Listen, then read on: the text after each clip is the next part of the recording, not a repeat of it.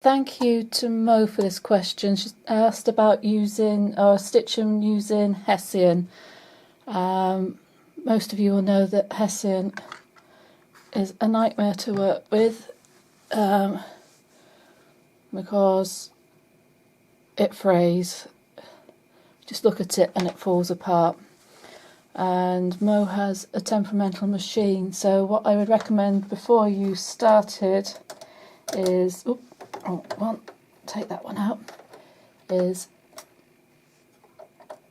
make sure you have a new sharp needle. Just put that in there. Got a jar that I put all my blades and needles in.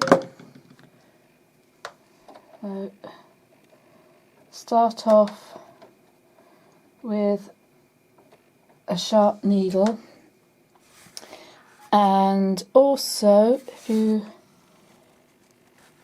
clean under your machine, lots of fluff there, and if you come out,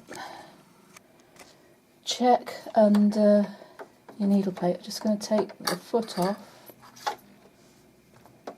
Right, it's been a little while since I've done mine, so I'm not quite sure what I'll find. Keep those screws safe.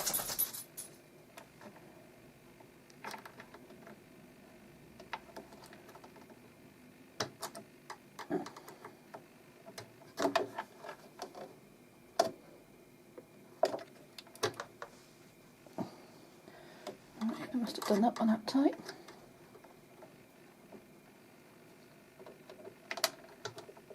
That's it.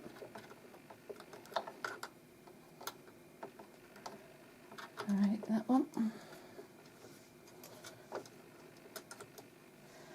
Just lift the plate off. There you go. Go into there. And see where all the fluff congregates.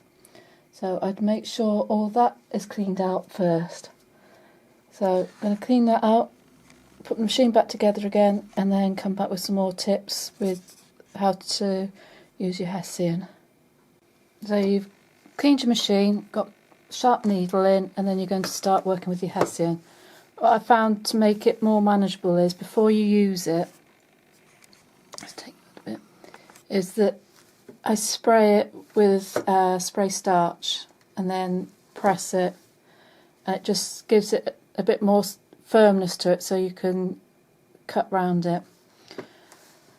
If you're going to sandwich it in between two pieces of fabric, I would suggest, if you have a piece of fabric, let's just say,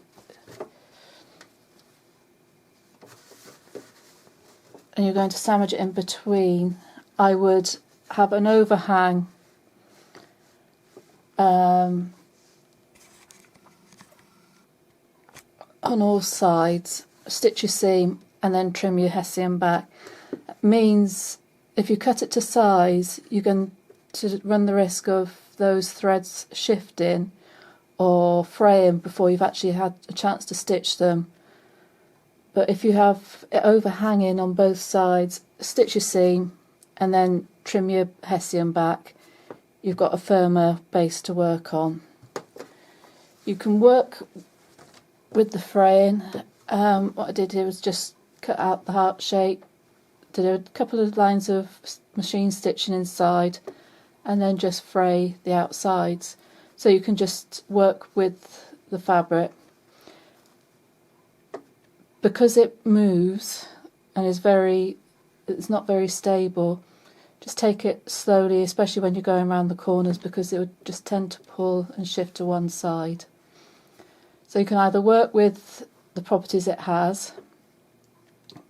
Big thing is, make sure your machine's clean, have a new needle, sharp needle, and take it steady.